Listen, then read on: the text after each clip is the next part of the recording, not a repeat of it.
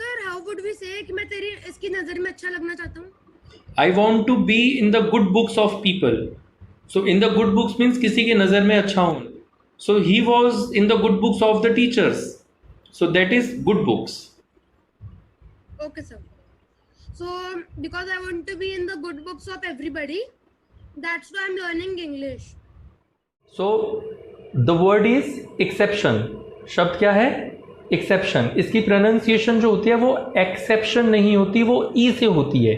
ई से इमली, ई से exception. तो इसकी pronunciation का भी ध्यान रखना है. Exception, exceptional, exceptionally.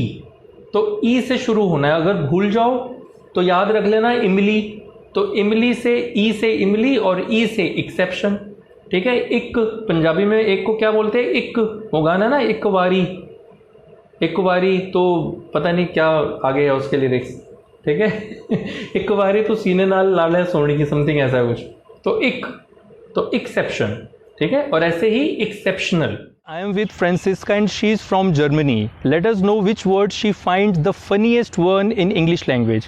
Francisca, which word do you find the funniest one in English? The most funniest word is ridiculous. Ridiculous, like my videos? Yeah. Well, she finds the word ridiculous actually funniest one. To groom your personality and to better your communication skills, keep following my ID, that is Gaurav Motive Groom. Say follow my ID, follow his ID. Okay. Say follow Gaurav Motive Groom. Okay, thank you. I was not knowing ये गलत वाक्य है. सही वाक्य होता है I did not know. No verb को continuous tenses में यूज नहीं किया जाता है. इस पॉइंट को डिटेल में समझने के लिए मेरे YouTube चैनल गौरव मोटिव ग्रूम पर वीडियो नंबर 9 देखिए. अपनी अंग्रेजी और पर्सनैलिटी को बहुत ज़्यादा अच्छा बनाने के लिए मेरे आईडी गौरव मोटिव ग्रूम को फॉलो करते रहिए. और लेडी में ये फ़र्क है कि वुमन शब्द हम तब लगाते हैं जब है कि हम आम बात करते हैं. औरत जब भी हम जनरली बोलेंगे तो हम वुमन लगाएंगे. एक है तो वुमन और अगर एक से ज़्यादा है तो विमिन. इसकी प्रोनाउंसिएशन होती है विमिन.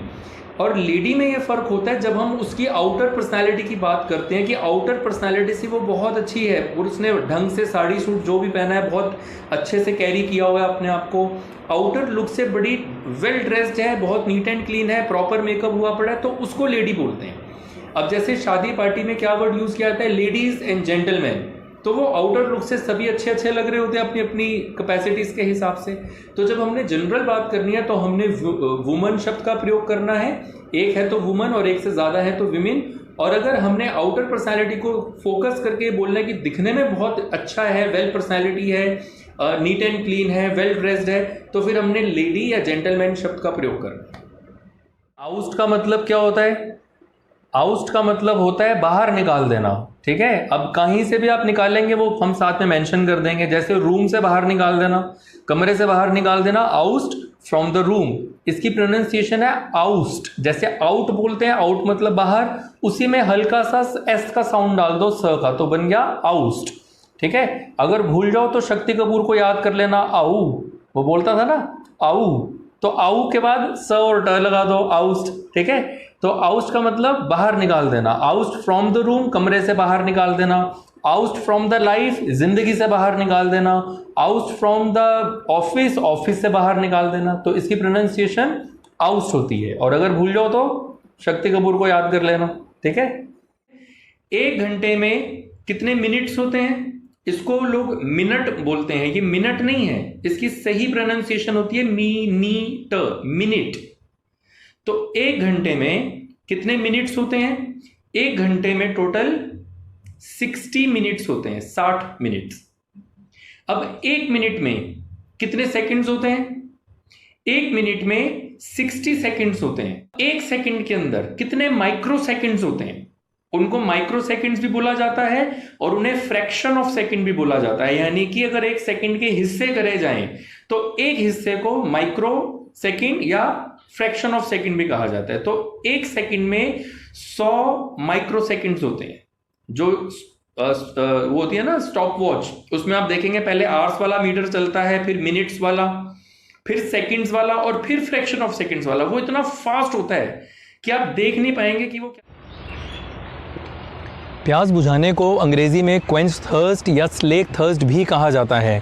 फॉर एग्जाम्पल, मैंने अपनी प्यास बुझा ली है, I have quenched my thirst और I have slaked my thirst. अब अपनी अंग्रेजी की प्यास बुझाने के लिए मेरे आईडी गौरव मोटिव ग्रूम को फॉलो करते रहिए। छोटी छोटी कमियां निकालने वाले व्यक्ति को निट पिकर कहा जाता है। फॉर एग्जाम्पल, हर mother in law is a nit picker.